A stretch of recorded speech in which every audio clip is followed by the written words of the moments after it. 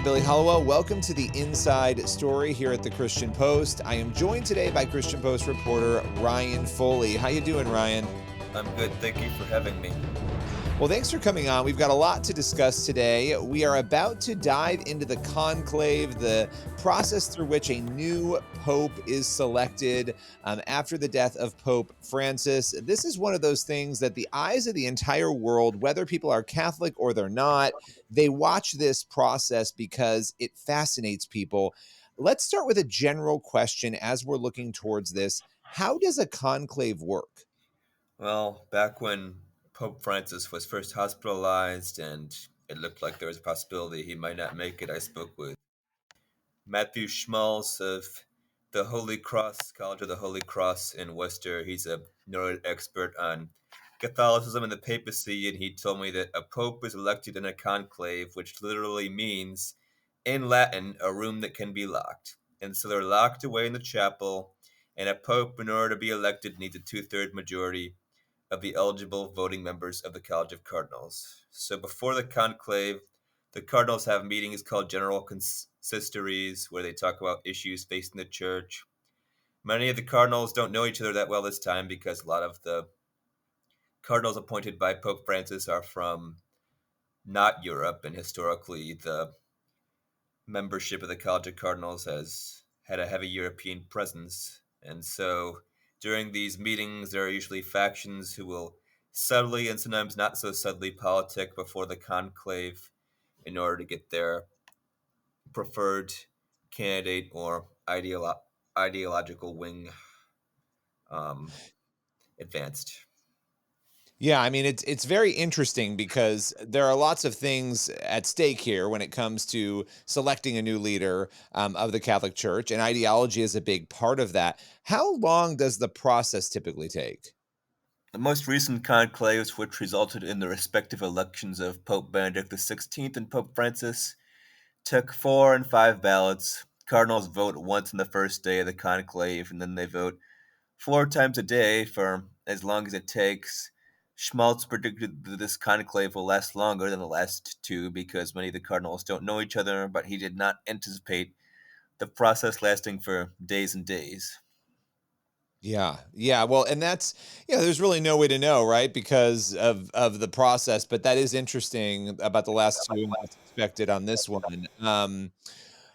What do we know about some of the prime candidates right now, the people who maybe are at the top of the pack in terms of who might be selected?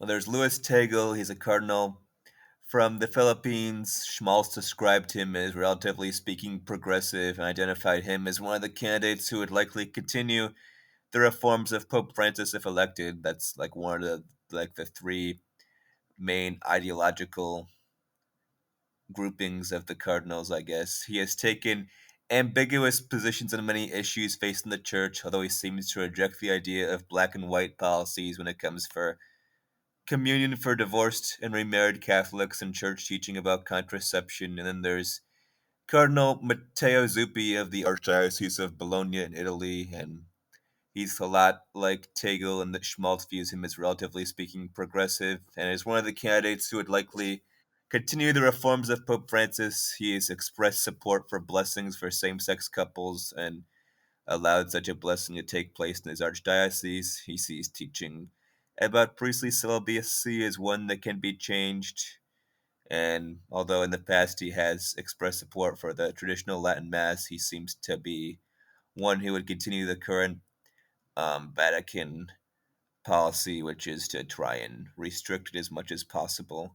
Then there's Cardinal Robert Serra from Guinea in Africa. He's probably considered a favorite of those who would like to roll back the reforms of Pope Francis. Schmalz described him as someone who would be a Trump like pope. He called the document permitting priests to perform same sex blessings heresy and predicted that changing the teaching about priestly celibacy would result in serious consequences and called the traditional Latin Mass a force for good.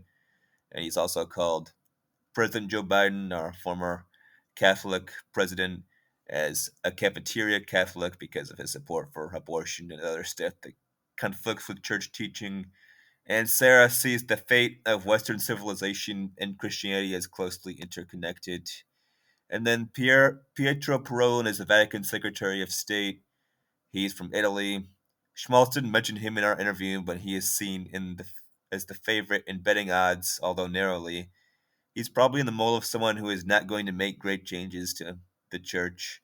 He's condemned Ireland's legalization of same sex marriage and described the idea of women priests as non negotiable, while at the same time he was seen as an instrumental figure in the creation of the document restricting the traditional Latin Mass and has expressed openness to revisiting church teaching about priestly celibacy and communion for divorced and remarried Catholics. So really, it sounds like there's a range of more quote unquote liberal and conservative individuals in the running, right? I mean, would that be an accurate? These people have very different ideas. Yeah, so I'd say Tegel and Zuppi are probably more liberal. I'd say Perone is probably more in the middle, and then Sarah is definitely one of the most conservative candidates that's being talked about. Well, that is really interesting. You know, when you look at this, and I remember the last time we went through this, the level of interest was so high. Why do you think the world is so transfixed by the process, even among those who might not be Catholic or even interested in the Catholic faith? I feel like the movie Conclave, which has been making headlines recently, might play a role in the fascination, and then that and the fact there seems to be a lot of overlap between global politics and the Catholic Church.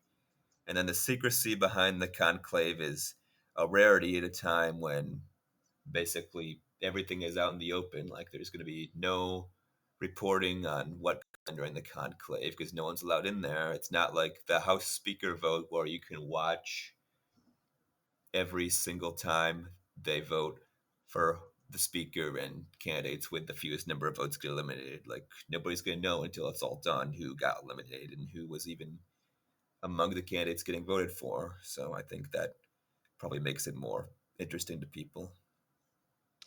Yeah, and there's a whole history there. I mean, this is something that's gone on for a long time. I think people are always intrigued when there's a deep history to something, you know, and you watch it and there's pomp and ceremony, and it's similar to when, you know, and obviously these are different things, but when you're going to coronate somebody, you know, in the UK to come in and be a queen or a king, and you know that process fascinates people even when they don't live in the country, but because there's a history to it. What other details should people know as we prepare for this conclave?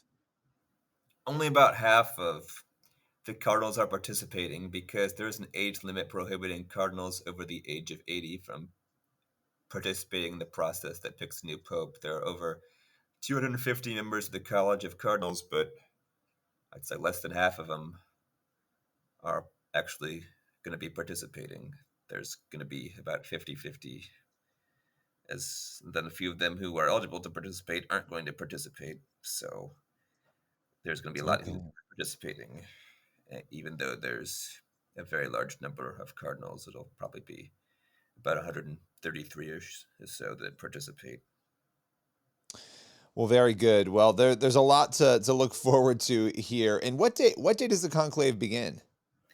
It begins today, which is May 7th, and there's going to be one vote today, which probably won't result in anything because even in the most recent conclaves and the several before that, it was not settled on one ballot because you need 2/3 majority in order to get it, and candidates with the least number of votes are eliminated. So it's going to start today and then go on for as long as it has to take. Well, we'll be keeping an eye on today and the days moving forward. Ryan Foley, appreciate your time today. Thank you for having me. Everyone else, make sure you head on over to the Christian Post. You can get all the news you need to read there, and come back next week for another episode of The Inside Story. Give us a review. You can do that on whatever podcast platform you are listening, and we'll see you here again next week.